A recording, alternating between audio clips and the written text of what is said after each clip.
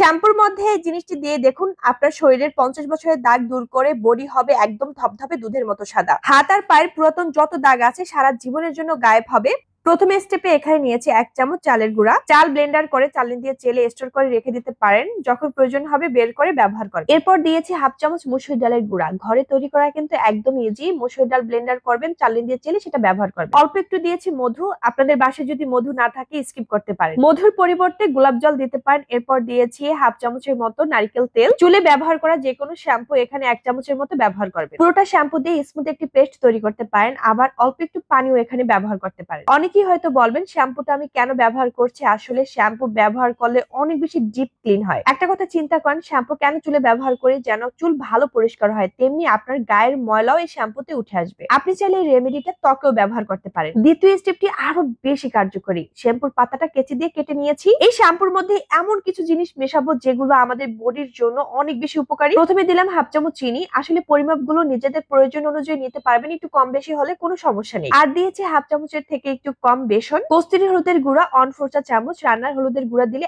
1 চিমটি ব্যবহার করবেন। এরপর দিয়ে দিচ্ছি মধু। ওই যে বললাম মধুর পরিবর্তে গোলাপ জল দেওয়া যাবে। আপনি চাইলে এটা ত্বকেও ব্যবহার করতে পারেন, তবে সপ্তাহে 1 দিনের বেশি না। রেমেডি একদম রেডি। এখন এটা হাত পায়ে ব্যবহার করতে হবে। আপনি চাইলে এটা ফুল বডিতে অ্যাপ্লাই করতে পারেন। আচ্ছা, অনেকে আমাকে কোশ্চেন করবেন যে আপু যে কোনো একটি স্টেপ ফলো করা যাবে কিনা? অবশ্যই করা যাবে।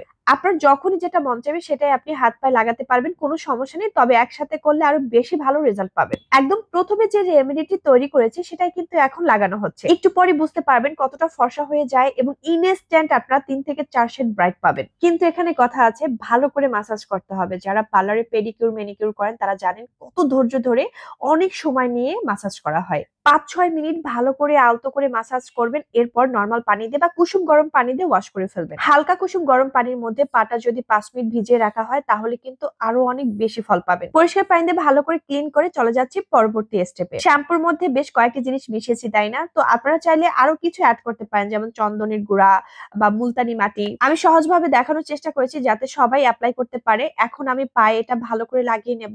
আচ্ছা, আমি কিন্তু পায়ে দেখাচ্ছি, এটা কিন্তু হাত পা ফুল বডিতে গোসলের সময় অ্যাপ্লাই করতে পারবেন বা যে কোনো টাইমে এটা অ্যাপ্লাই করতে পারবেন। বেশি উপকার পাওয়ার জন্য সপ্তাহে 2 থেকে 3 দিন ব্যবহার করতে পারেন, তবে আপনি সপ্তাহে একদিনও চাইলে এই ফেশিয়ালটি হাত পায়ে করতে পারেন। 3-4 মিনিট ভালো করে মাসাজ করেছি। এরপর এটা আমি 5 মিনিটের জন্য এভাবে রেখে দেবো। তোমাদের ভাইয়া বলতেছিল সবসময় যদি এভাবে যত্ন নিতে। আমি বললাম যে কি, আমি কি যত্ন নেই না? বলে যে ভিডিও করো এই জন্য এই যত্ন নাও। আসলে আমাদের উচিত হাজবেন্ডকে একবার হলো এভাবে একটু যত্ন নেওয়া, এতে তারা অনেক বেশি খুশি হয়। এরপর বডিতে ভালো একটা লোশন ব্যবহার করবেন, এতে করে ভেতর থেকে ড্যামেজ কন্ট্রোল হবে এবং অনেক স্মুথ সফট থাকবে বডি। আজকে এই পর্যন্ত। আল্লাহ বাঁচিয়ে রাখলে অন্য একটি ভিডিওতে দেখা হবে। আল্লাহ হাফেজ।